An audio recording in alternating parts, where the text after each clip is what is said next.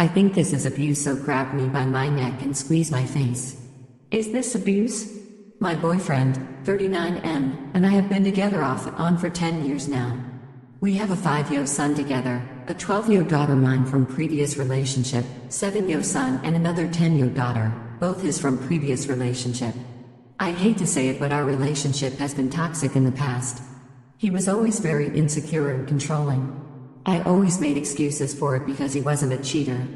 I've always believed relationships are not easy, and how you get through the hard times is when it matters the most, right? It's not like I have seen positive, successful relationships growing up to base things off of.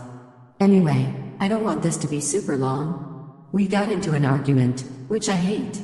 He can be very verbally abusive.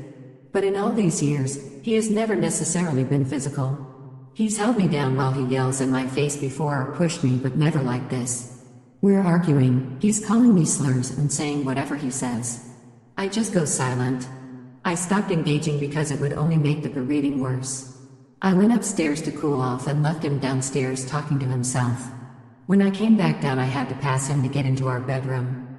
As I'm walking past, he just attacks me. Grabs me by my neck and slams me against the wall and starts grabbing my face like a parent scolding a child, but extremely aggressive and hard.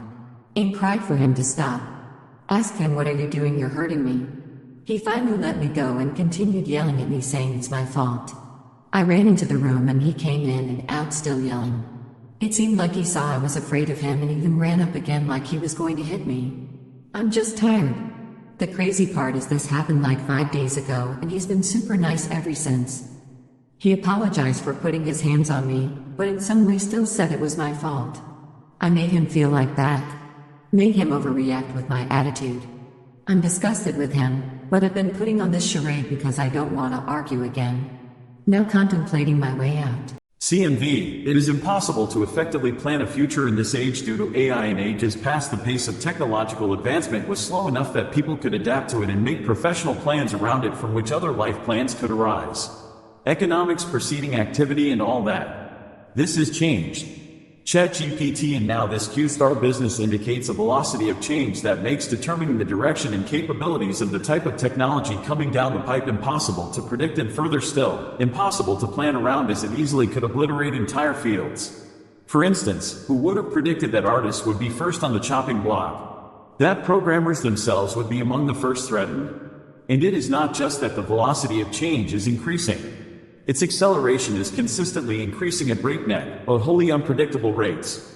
People can bury their heads on the sand on this one, and think they are making wise life decisions with the info they have, but the fact is that the black box we are all trapped in at the moment makes the grander wisdom of any move as wise as any other. In short, we are all deprived of a wider contextual information given the changing technological state of our society that would be needed to make a truly wise career-to-life decision in the modern era. My siblings aren't allowed to visit me and my mom says it's because of the court.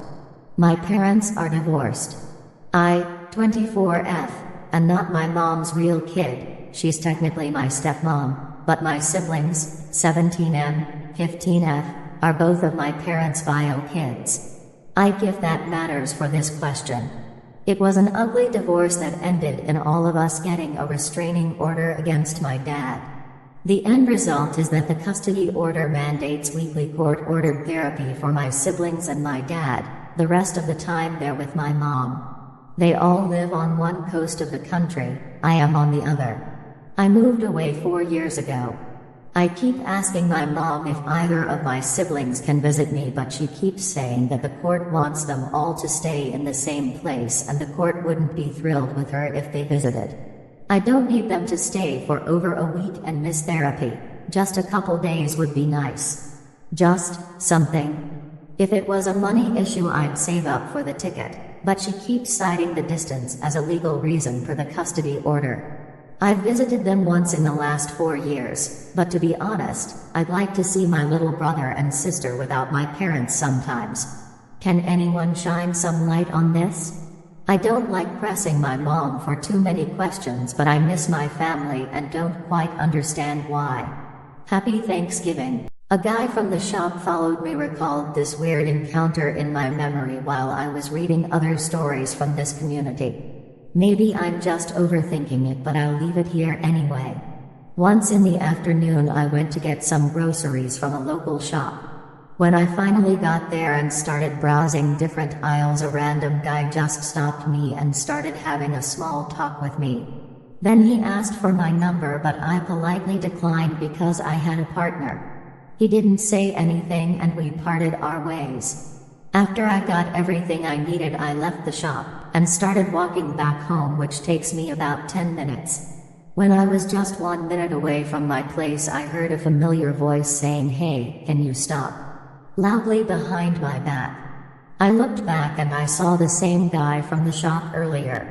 Maybe I read too many crime stories and he just happened to walk the same way as me, but it creeped me out a bit, so I just ran home like Sonic after that. Then luckily I never saw him again. Ida for leaving class after my teacher wouldn't drop a topic I had asked her to drop. My 16F school has 2 blood drives each year. Only those 16 and up can give blood. The day before the drive, students go class to ask who wants to participate that can. They came into my class and asked. All but 3 students raised their hands, me and 2 others. The teacher, who is big on giving to those in need, started asking us why we didn't raise our hands. When she asked me, I told her that I wasn't allowed to and physically couldn't as I am anemic. My doctor told me not to give blood outside of a hospital. She said that wasn't a valid reason, and I spent over 10 minutes trying to explain why I couldn't, but it was like she just couldn't understand. Other students had also tried to explain that she wasn't having it. I started to get frustrated and I asked if she would please just leave it alone and that I just wasn't going to give blood because I didn't want to end up getting more upset and accidentally raising my voice or saying something that would get me in trouble. She said not until you give me a reason why. I gathered my things and told her that if this bothered her so much problems to contact my dad and talk to him. I also told her that I was going to the office to file a complaint because getting mad at me for something like this was extremely unprofessional on her part and I wasn't going to deal with this. I texted my friends about it and one of them said that I should have just shut up and dealt with it, that my response was rude and disrespectful. Another friend agreed with her and now my friend group is split. My mom also said I was out of line and that I should have waited until lunch to report it. My dad says he agrees with me and will have a conversation with the school about it. I feel a little bad though. Was my reaction really that disrespectful? I didn't mean for it to be. Ida. CMV, phone camera filters are horrible and we would be better off without them. I think that filters for phone cameras, Insta, Snapchat, etc. are horrible and ruin the minds of people. These filters create a false sense of beauty and oftentimes make people unrecognizable compared to their filter-less self. I can't think of a valid reason people should use them. These filters create unrealistic and oftentimes much less attractive images. People also become so reliant on these filters that they refuse to post or have any photos without the filters. I say this as someone who hates photos of myself, but still refusing to use filters to pretend I look some other way. I do think the silly ones people use on video calls or something are fine. If you want to talk to grandma as a dragon, or something, that is cool. You're not thinking you're an actual dragon. Is there a valid reason someone should use filters? For those saying to fix blemish, wrinkles, or something, I disagree. Just own it. People are not perfectly smooth-faced porcelain dolls. They are real and beautiful. For those who may say marketing, that's what caused this mess in the first place. I am curious to see some benefits from the filters though. Ada for telling my daughter that she should leave her pet rat at home now my GF has moved in. My M45 girlfriend, F45, of 2 years and I have moved in together. Everything is great and she gets along very well with my children. At least with my son. I share custody of my 2 children, M16 and F15, with my ex-wife, F40. There is one problem. My GF has phobia for mice, rats, squirrels, in other words rodents. This is something we all know and people laugh about it, but it is a serious issue for my GF who can't even see a picture without staring hyperventilating. My daughter got a rat as a present when she turned 15. She brought it home and my GF freaked out and she apparently left the apartment without even noticing that she didn't have her shoes or coat on. I got upset with my daughter because she knows my GF's fear. I told her that she should leave her pet at her mother's house from now on when she comes here. My daughter got upset and started yelling that my GF is being ridiculous and me too. Her rat wasn't the problem, so it shouldn't have to be kept at her mom's and that my GF should move out since she's the one who has the problem with the rat, not the rat with her. I told her that we are family and family makes compromises. Now she is saying if her rat isn't welcome then neither is she and she's planning to stay with her mom until her rat is allowed or my GF moved out. My ex-wife called me to tell me that I'm the odd for choosing my GF. I told her she was the odd for getting my daughter this present. Ada?